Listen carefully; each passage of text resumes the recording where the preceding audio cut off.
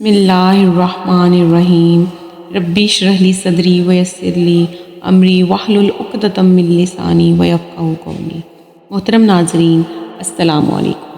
محترم ناظرین، جب ابلیس کو ملعون کر کے جنت سے نکالا جانے لگا تو ابلیس نے توبہ ندامت کی بجائے اللہ سے یہ استدعا کی کہ اے اللہ، اگر تو مجھے اپنی حضوری سے نکالنا اور جنت سے محروم کرنا چاہتا ہے تو مجھے یہ مہلت دی جائے کہ میں قیامت تک زندہ رہوں۔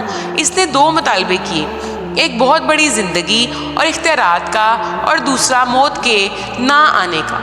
اس وقت تک مہلت مانگی جب قیامت نہ آ جائے، جس سے سب دوبارہ اٹھائے جائیں، جس کے بعد کوئی مرے گا نہیں۔ اللہ تعالیٰ نے اسے اختیارات دیے اور ایک مقررہ وقت تک مہلت دی۔ یہ سن کر اس نے پھر ایک مرتبہ اپنی شیطانیت کا مظاہرہ کیا۔ چونکہ آدم علیہ السلام کی بدولت اس کو یہ صفائی نصیب ہوئی، وہ اللہ تعالیٰ سے کہنے لگا، جب تم نے مجھے نکال ہی دیا تو میں بھی آدم کو اور اس کی اولاد کو رسوا کروں گا اور ہر طرح سے ان کو گمراہ کروں گا۔ اس کی اکثریت کو تیرا ناشکرہ بنا کر چھوڑوں گا، مگر تیرے مخلص بندے میرے تیر سے غائب نہ ہو سکیں گے اور ہر طرح سے محفوظ رہیں گے۔ اللہ تعالیٰ کی طرف سے ابلیس کو یہ جواب دیا گیا، ہماری فطرت کا قانون مکافات عمل اٹل قانون ہے۔ جو بنی آدم تیری پیروی کرے گا وہ تیرے ساتھ ہی جہنم کا سزاوار ہوگا۔ حضرت آدم علیہ السلام کو اللہ تعالیٰ نے جنتی لباس پہنایا اور جنت میں داخل فرمایا۔ یہ جنت کشمیری یا دنیا کی کوئی اور جنت نہیں، بلکہ اصلی جنت تھی جو اوپر آسمانوں میں ہے۔ اس جنت میں آپ جہاں چاہیں گھومتے اور جو چاہتے کرتے، لیکن ساتھ میں خود کو اکیلا محسوس کرتے۔ اللہ تعالیٰ نے حضرت حوا علیہ السلام کو آپ کی بائیں طرف کی پسلی سے پیدا کیا۔ حضرت حوا علیہ السلام کی پیدائش کے وقت فرشتوں سے پردہ کرایا گیا۔ حضرت حوا علیہ السلام دنیا کی نہایت خوبصورت خاتون تھی۔ جب حضرت آدم علیہ السلام سو کر اٹھے تو پوچھا، تم کون ہو؟ انہوں نے کہا، اللہ نے مجھے آپ کے لیے پیدا کیا ہے تاکہ آپ کی تنہائی ختم ہو سکے۔ وہ دونوں خوشی سے جنت میں رہنے لگے۔ اللہ تعالیٰ نے فرمایا، تم جہاں جانا چاہو جا سکتے ہو، جو کھانا چاہو کھا سکتے ہو، بس ایک درخت کا پھل کھانے سے منع کیا، اور اگر تم کھاؤ گے تو نقصان اٹھاؤ گے۔ ابلیس تمہارا اور تمہاری بیوی دونوں کا کھلا دشمن ہے، کہیں ایسا نہ ہو کہ وہ تمہیں جنت سے نکلوا دے اور تم مصیبت میں پڑ جاؤ۔ وہ درخت کون سا تھا؟ اس حوالے سے 6 مختلف اقوال ملتے ہیں، اور سب سے بہترین بات یہ ہے کہ جس چیز کو ذکر کرنے کی اللہ تعالیٰ نے ضرورت نہیں سمجھی، ہمیں بھی اس کے پیچھے زیادہ نہیں پڑنا چاہیے۔ ادھر ابلیس کو ایک پل چین نہیں آ رہا تھا۔ اس نے حضرت حوا علیہ السلام یعنی عورت ذات کو استعمال کرنے کا منصوبہ بنایا۔ ابلیس نے حضرت حوا علیہ السلام کو بہکانا شروع کر دیا، وسوسہ ڈالنے لگا کہ اس درخت کا پھل کھا لو جس سے اللہ نے تمہیں منع فرمایا ہے۔ کھا لو گے تو فرشتوں کی طرح ہمیشہ کے لیے جنت میں رہ پاؤ گے، ورنہ تم مر جاؤ گے۔ کہا جاتا ہے کہ شیطان سانپ کے ساتھ مل کر جنت میں گیا اور سانپ کی صورت میں اس سے بات کی، اللہ تعالیٰ کے نام کی قسمیں کھائیں اور قسمیں کھا کر یقین دلایا کہ اللہ نے اس درخت سے شروع میں روکا تھا، اس لیے اس وقت تمہاری نئی نئی پیدائش ہوئی تھی، تمہارا جسم اسے برداشت نہیں کر سکتا تھا۔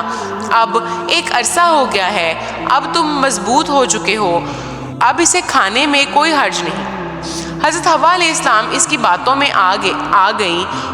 وہ سمجھ رہی تھی کہ اللہ کے نام کی قسم کھا کر کوئی غلط بات نہیں کر سکتا، مگر حوا علیہ السلام نے حضرت آدم علیہ السلام کو قائل کر لیا، اس درخت کو کھانا ہمارے لیے درست نہ تھا، لیکن اب درست ہے۔ آپ علیہ السلام اللہ تعالیٰ کے ارشاد کے کچھ اہم الفاظ بھول گئے۔ یہ بھی یاد نہ رہا کہ خود انسان فرشتوں سے افضل ہے، پھل کھا کر فرشتہ بننے کی کیا ضرورت؟ ان فطری کمزوریوں کی وجہ سے آپ سے یہ غلطی ہو گئی۔ بہرحال دونوں ابلیس کے بہکاوے میں آ گئے اور ایک دن انہوں نے وہ پھل کھا لیا۔ جیسے ہی انہوں نے پھل کھایا تو سب سے پہلے ان کے کپڑے اتر گئے شیطان کو یہ معلوم تھا اس درخت کی تاثیر یہ ہے کہ جو بھی اس کا پھل کھاتا ہے بے لباس ہو جاتا ہے۔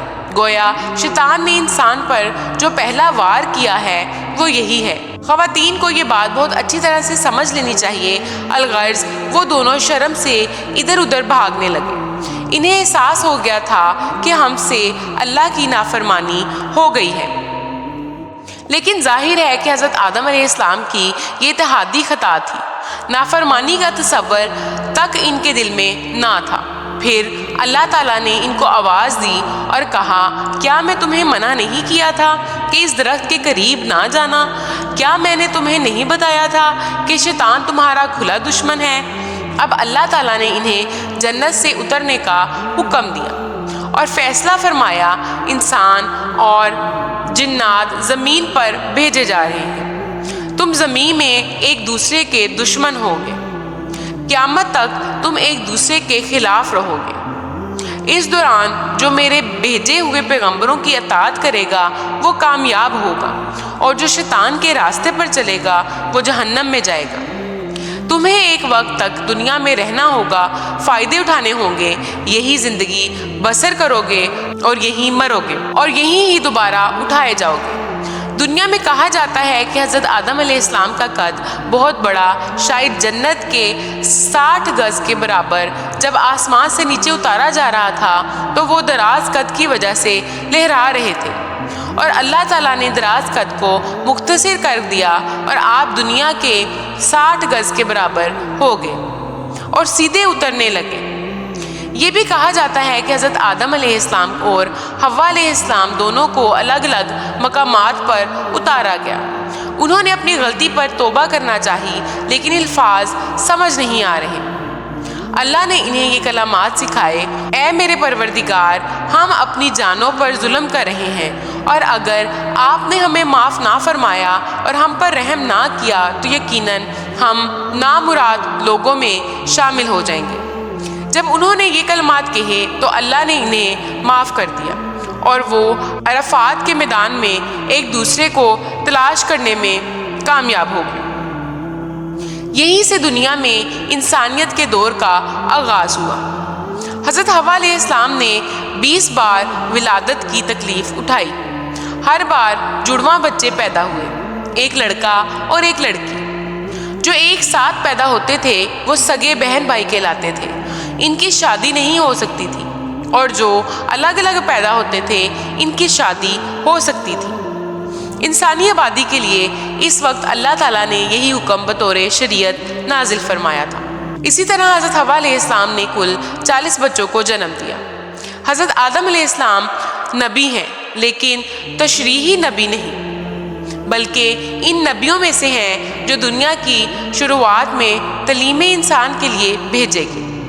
حضرت آدم علیہ السلام نے اپنی اولاد کو وہ سب سکھایا جو اللہ تعالیٰ نے انہیں سکھایا تھا۔